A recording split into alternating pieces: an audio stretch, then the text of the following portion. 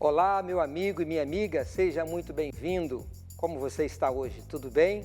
Nós estamos aqui muito felizes na Novo Tempo ao estar a cada dia ao seu lado. E uma das razões da nossa alegria é a honra da sua audiência, a confiança que você tem depositado no nosso trabalho, que é a grande motivação para nós seguirmos em frente e a cada semana trazendo aqui algo novo para a sua vida. E você sabe, no Saldo Extra tratamos de um assunto muito importante, que é o assunto das finanças pessoais. E hoje nós vamos continuar falando desse tema.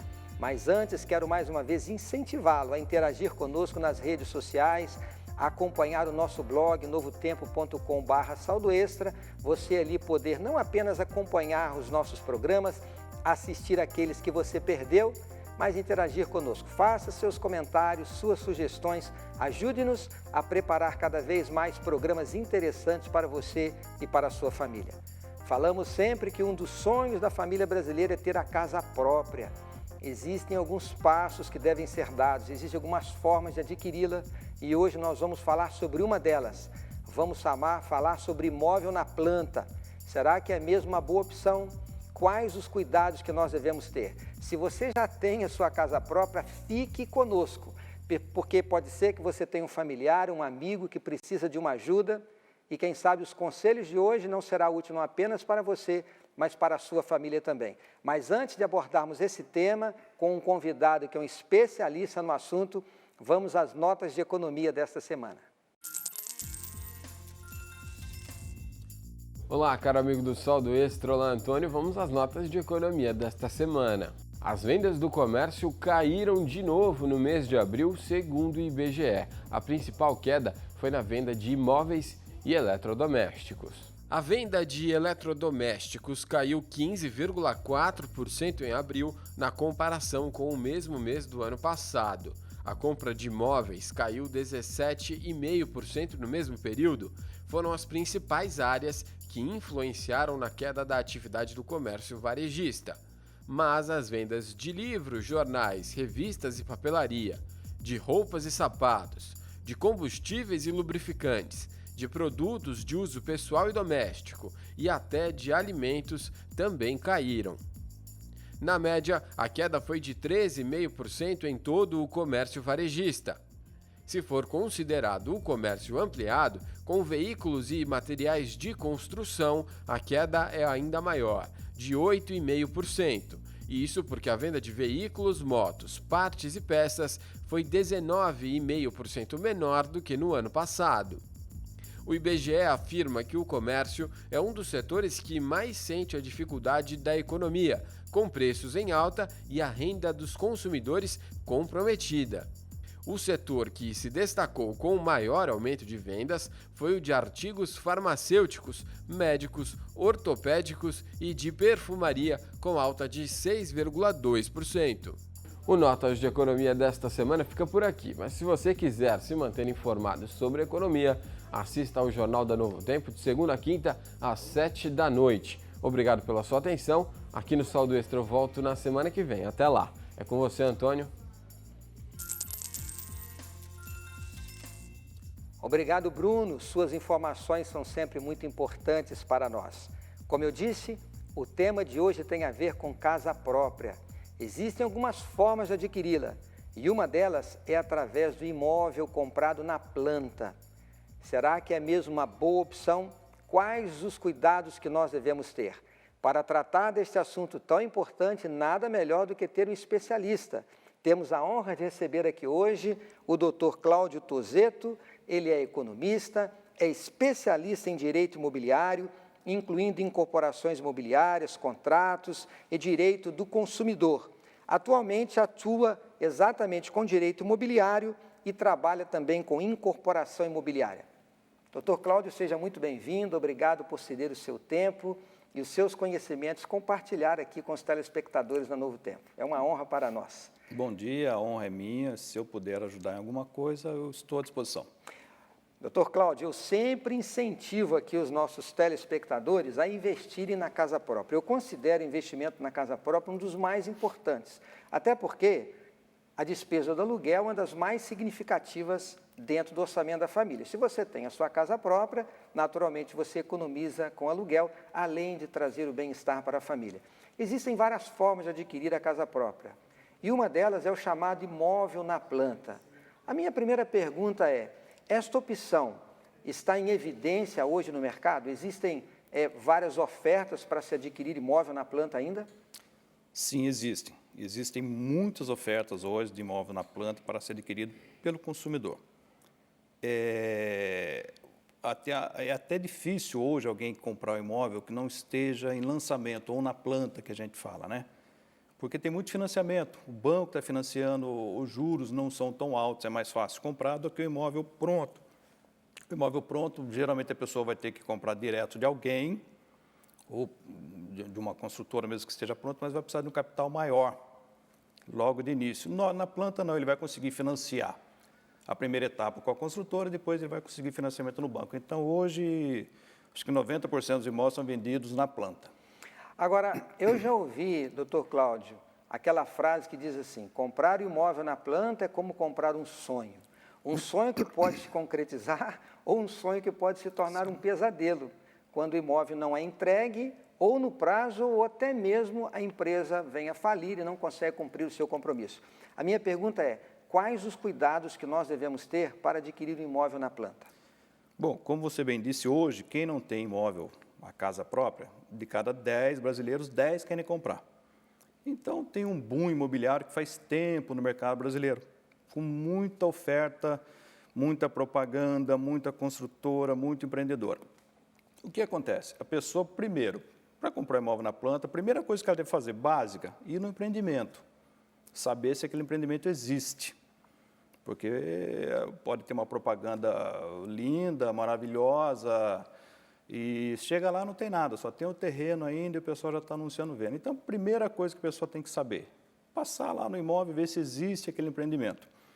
Depois, logicamente, vai ter que ter os cuidados básicos, ou seja, verificar se está registrado em cartório, se a empresa é idônea, se foi aprovado pela prefeitura, entre outras coisas. São várias etapas, partindo de fazer uma visita no local, verificando a documentação, verificando quem está vendendo, qual é a construtora, se essa construtora já tem processos, isso é fácil verificar hoje pela internet, se tem algum processo contra aquela construtora, prazo de entrega e depois análise do contrato, que já seria uma etapa já na finalização do negócio. Existem propagandas enganosas porque é comum no mercado você ouvir assim, vem enquanto durar o estoque. No caso dos imóveis, as últimas unidades, vem agora, não perca a oportunidade. E é claro, vem aquela informação assim, hoje tem um desconto, se você vier hoje, e aí chega lá, às vezes se exige um sinal. O que dizer a respeito disso? Olha, você tem que dar um sinal para você garantir a sua parte. Isso não é muito arriscado, um sinal sem primeiro verificar toda a documentação, estabelecer um contrato. Que cuidado devemos ter ao receber oferta para deixar um sinal? É muito perigoso realmente. A pessoa não deve dar sinal nenhum na hora que ela está visitando o imóvel, que ela está fazendo aquela proposta, ela não deve fazer isso, não deve dar sinal. Mesmo que chegue na hora da venda lá, a pessoa esteja ansiosa, porque a pessoa fica ansiosa para comprar. E para não perder o negócio, ela geralmente dá um cheque, como sinal, essas coisas. Eu aconselho que não faça isso. Primeiro, verifica, veja quem está vendendo, se são corretores credenciados, se a empresa é idônea, se o empreendimento está registrado. Passada essa etapa, você poderia pedir para quem está vendendo uma minuta do contrato de compra e venda, ou uma minuta da proposta, para você analisar depois com calma. Sair daquele afã de, vou comprar, vou assinar, vou dar o cheque, para depois não se arrepender. Então, a pessoa deveria pegar, no meu entender, uma minuta da proposta, uma minuta do contrato, analisar. Se ela não conseguir entender, procurar um advogado, procurar um corretor, procurar alguém que conheça de contrato imobiliário. Só depois ela deveria assinar qualquer coisa e dar qualquer tipo de dinheiro. Antes disso, eu não aconselho, porque realmente pode, em vez de ser o sonho, vai ser o pesadelo da casa própria.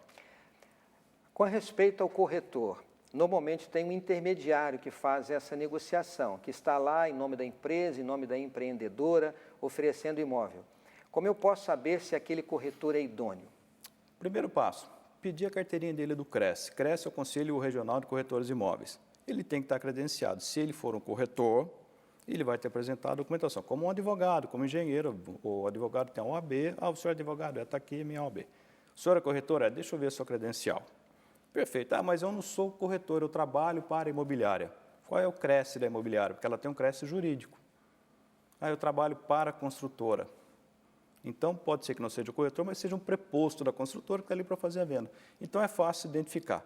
Ele deu o número do CRES, você hoje verifica pela internet, ou se for da cidade, você vai até o escritório da imobiliária para saber. Então, é muito fácil saber se realmente é um corretor que está credenciado para fazer venda. Agora, às vezes, o corretor ele pode ser até um contratado da própria empreendedora, aquela que está oferecendo o imóvel. Não seria o caso, então, de se procurar sempre um especialista, um advogado, alguém que entende no assunto, alguém que vá buscar informação precisa e segura? Sim, o corretor também é um especialista em vendas, em vendas imobiliárias. O corretor, eu acho que talvez seja o mais credenciado para dar informações daquele empreendimento, pelo menos. Logicamente que o vendedor, o corretor é o vendedor e está querendo fazer uma venda para poder receber a comissão dele. Então, por mais que você confie no corretor ou não, às vezes o corretor já é de sua confiança, seria interessante você buscar uma análise jurídica do contrato.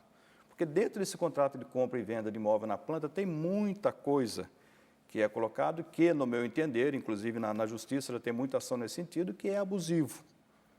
Juros, forma de pagamento, inclusive da própria comissão de corretagem.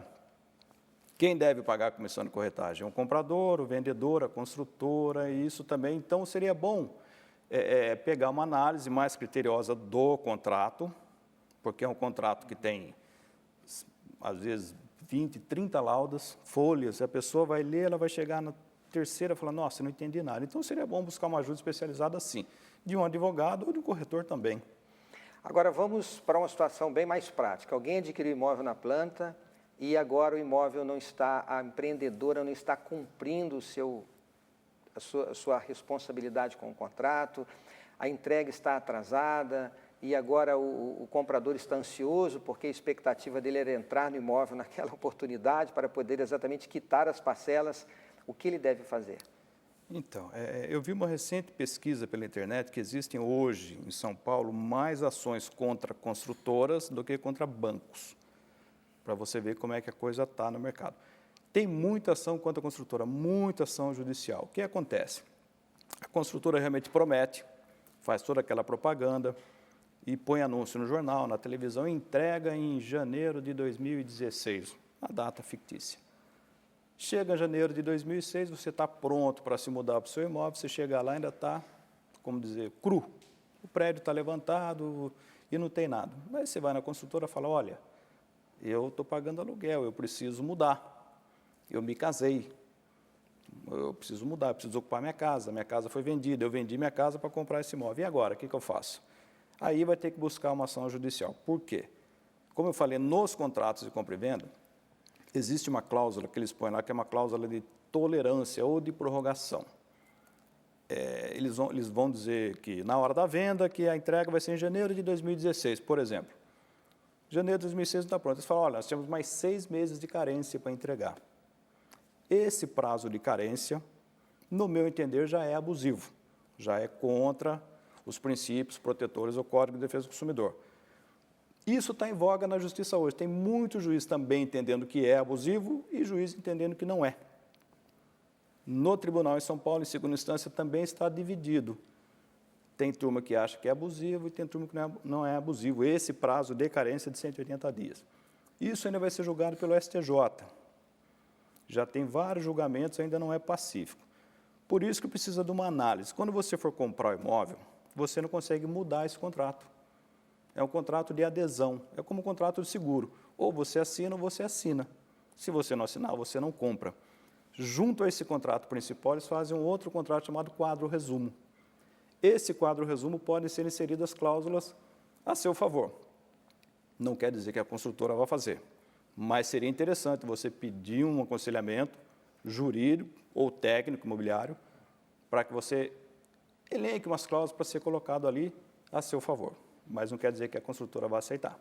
Normalmente, quando essas ofertas aparecem, vem com um folder muito bonito, Sim. que oferece isso, oferece aquilo outro, que vai ter um playground para os seus filhos, vai ter uma piscina, vai ter uma área de lazer, mostra a planta baixa do apartamento, e tudo aquilo torna-se um atrativo muito grande. Agora, qual é a garantia que eu tenho com respeito ao tipo de acabamento que vai haver no imóvel? Existe um memorial descritivo? Eu devo exigir que isso se faça constar no contrato? Sim, aliás, é obrigatório. Quando a construtora ou a empreendedora vai fazer um registro de uma incorporação, ela tem que registrar junto ao processo, no cartório de registros, um memorial descritivo, inclusive um modelo do contrato. O cartório vai exigir uma série de documentos, ela vai ter que apresentar, incluindo o memorial descritivo, uma minuta do contrato, ser registrado em cartório. Depois que sair o registro é que ela pode começar a venda. Antes disso não pode nem fazer propaganda, nem veicular propaganda em nenhum tipo de mídia. Então só pode começar a venda com o registro em cartório. Então esse é um passo importante, verificar se está registrado em cartório. Antes disso não pode ser vendido e também não pode ser comprado. Bom, vamos avaliar alguns passos até aqui no que diz respeito à compra. Antes de assinar o contrato, primeiro, verificar a idoneidade da empreendedora. Verificar primeiro se o empreendimento existe. Lá no local, é aqui. Exato. Existe o terreno, existe uma placa, etc.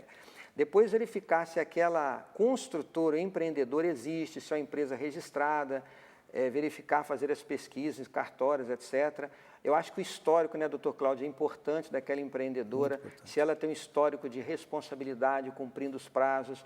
Depois verificar os detalhes do contrato, memorial descritivo, procurar a ajuda de um advogado, verificar se o corretor é idôneo, veja que é bastante coisa. Isto antes de assinar o contrato. Sim. Agora, nós mencionamos aqui já um segundo momento, né? Houve a compra e a empreendedora não entregou no prazo. Abre-se uma ação. Nós sabemos que a justiça brasileira é muito morosa. Isso acontece também na questão imobiliária? Não está acontecendo. O judiciário tem julgado muito rápido esse tipo de ação. O que acontece? Se a empresa atrasou a entrega na obra, ela tem que indenizar o seu cliente, que é o consumidor, é a parte mais fraca da relação. Então, ela tem que indenizar. São os danos materiais e, se for comprovado, também se for comprovado, se ocorreu dano moral. Mas o que acontece? A pessoa ingressa com uma ação judicial pedindo o quê? Por exemplo, se você está alugando um apartamento e a construtora atrasou 2 anos a entrega, passou janeiro de 2016, passou janeiro de 2017, já estamos em 2018 e ainda não entregou, e você está pagando aluguel todo esse período, você tem o direito de exigir o ressarcimento desse aluguel do período inteirinho de atraso. Mais ainda, os juros cobrados durante esse período de atraso também não podem ser cobrados. No meu entender, é totalmente abusivo. Porque se a construtora está atrasando, como é que ela ainda pode onerar mais ainda o consumidor? Ela vai fazer. Então, a pessoa tem o direito de ir à justiça e pedir o ressarcimento desses juros, congelamento de saldo devedor e o ressarcimento das despesas. Quanto ao dano moral, é difícil provar dano moral, porque é coisa de foro íntimo.